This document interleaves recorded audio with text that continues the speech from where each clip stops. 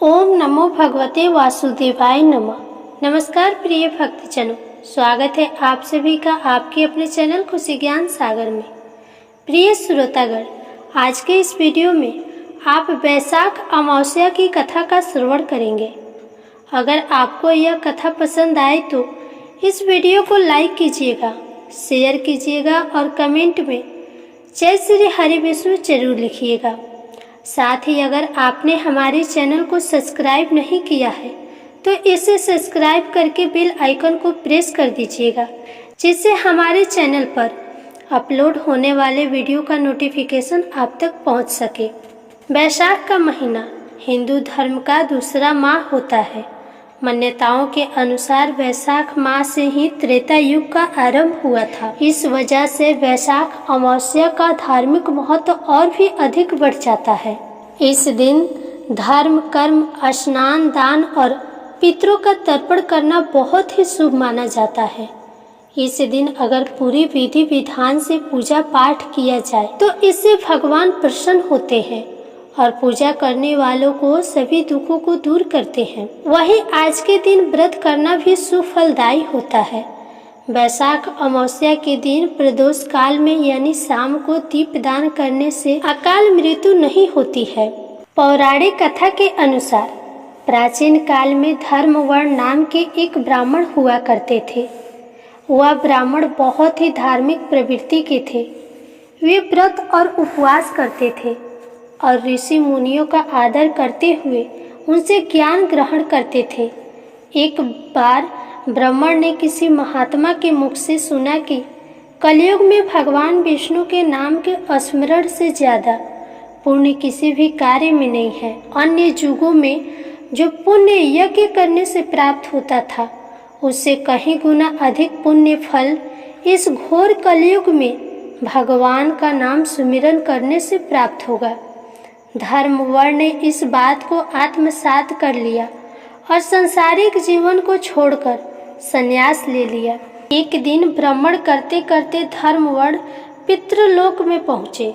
वहाँ उन्होंने पितरों को बहुत कष्ट में देखा। धर्मवर्ण ने पितरों से पूछा, क्या बात है, किस कारण आपको इतना कष्ट भोगना पड़ रहा है, कृपया करके मुझे बताइए।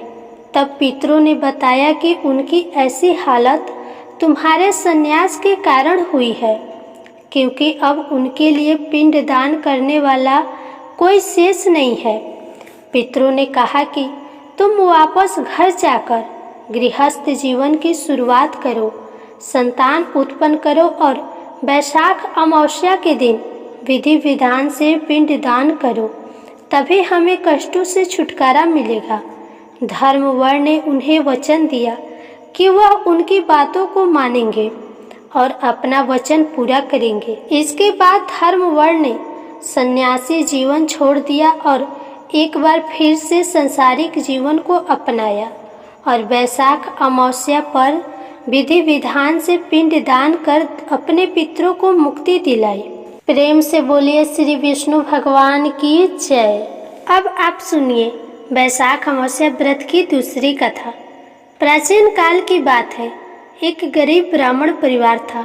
उस परिवार में पति, पत्नी एवं उसकी एक पुत्री भी थी। उनकी पुत्री समय के गुजरने के साथ साथ धीरे धीरे बड़ी होने लगी। उस पुत्री में बढ़ती उम्र के साथ सभी स्त्रियों सा चित्त गुणों का विकास हो रहा था। वह कन्या सुंदर, संस्कारवान एवं गुणवान थी, परंतु गरीब होने के कारण उसका विवाह नहीं हो पा रहा था। एक दिन उस ब्राह्मण के घर एक साधु महाराज पधारे। साधु उस कन्या के सेवा भाव से अत्यधिक प्रसन्न हुए। कन्या को लंबी आयु का आशीर्वाद देते हुए साधु ने कहा कि इस कन्या के हाथ में विवाह योग्य रेखा नहीं है। तब ब्राह्मण दंपति ने साधु से इसका उपाय पूछते हुए कहा, महाराज ऐसा क्या उपाय करें जिससे कन्या के हाथ में विवाह योग्य बन जाए। तब साधु महाराज ने कुछ देर विचार करने के बाद अपने अंतर्दृष्टि में ध्यान करके बताया कि कुछ ही दूरी पर सोना नाम की एक धोबिन महिला अपने बेटे और बहू के साथ रहती है, जो बहुत ही आचार विचार एवं संस्कार संपन्न तथा पतिपरायण है।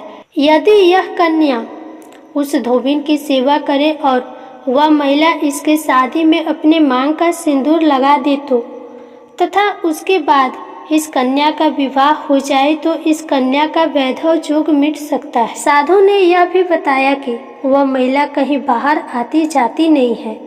यह बात सुनकर ब्राह्मणी ने अपनी बेटी से धोबिन की सेवा करने का प्रस्ताव रखा।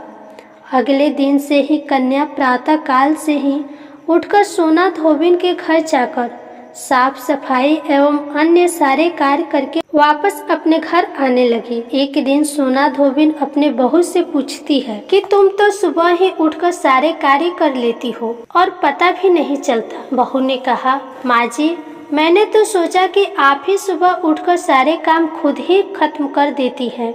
मैं तो देर से उठती हूँ। यह सब जानकर दोनों सास बहू घर की निगरानी करने लगे कि वह कौन है जो सुबह ही घर का सारा काम करके चला जाता है। कई दिनों के बाद सोना धोबी ने देखा कि एक कन्या अंधेरे में मुंह ढके घर में आती है और सारे काम करने के बाद वापस चली जाती है। जब वह जाने लगी तो सोना धोबिन उसके पैरों में गिर पड़ी और पूछने लगी कि आप कौन है और इस तरह छुपकर मेरे घर की चाकरी क्यों करती है। तब कन्या ने साधु द्वारा कही गई सारी बात बताई। सोना धोबिन पति परायण थी, अतः उसमें तेज था। वह तैयार हो गई। सोना धोबिन के पति थोड़ा अस्वस्थ थे तो उसने अपनी बहू से अपने लौट आने तक घर पर ही रहने को कहा। सोना धोबिन जैसे ही अपने मांग का सिंदूर उस कन्या की मांग में लगाया, सोना धोबिन का पति मर गया। उसे इस बात का पता चल गया। वह घर से निर्जल ही निकली थी। यह सोचकर कि रास्ते में कहीं पीपल का पेड़ मिलेगा तो उसकी पूजा करके और उसकी परिक्रमा करके उसके बाद जल ग्रहण करेगी। उस दिन बैसाख अमावस्या थी। उसने पीपल के पेड़ का 108 बार परिक्रमा की और उसके बाद जल ग्रहण किया। ऐसा करते ही उसके पति के मृत शरीर में वापस जान आ गई। धोबिन का पति फिर से जीवित हो गया। इसलिए जो भी अमावस्या का व्रत करता है और पीपल के पेड़ का 108 बार परिक्रमा करता है, उसके सभी प्रकार की विपत्तियां टल जाती है। प्रेम से बोलिए अमावस्या माता की जय। जय श्री हरि विष्णु। बैसाख अमावस्या के दिन नदी, जलाशय या कुंड आदि में स्नान करना शुभ माना जाता है।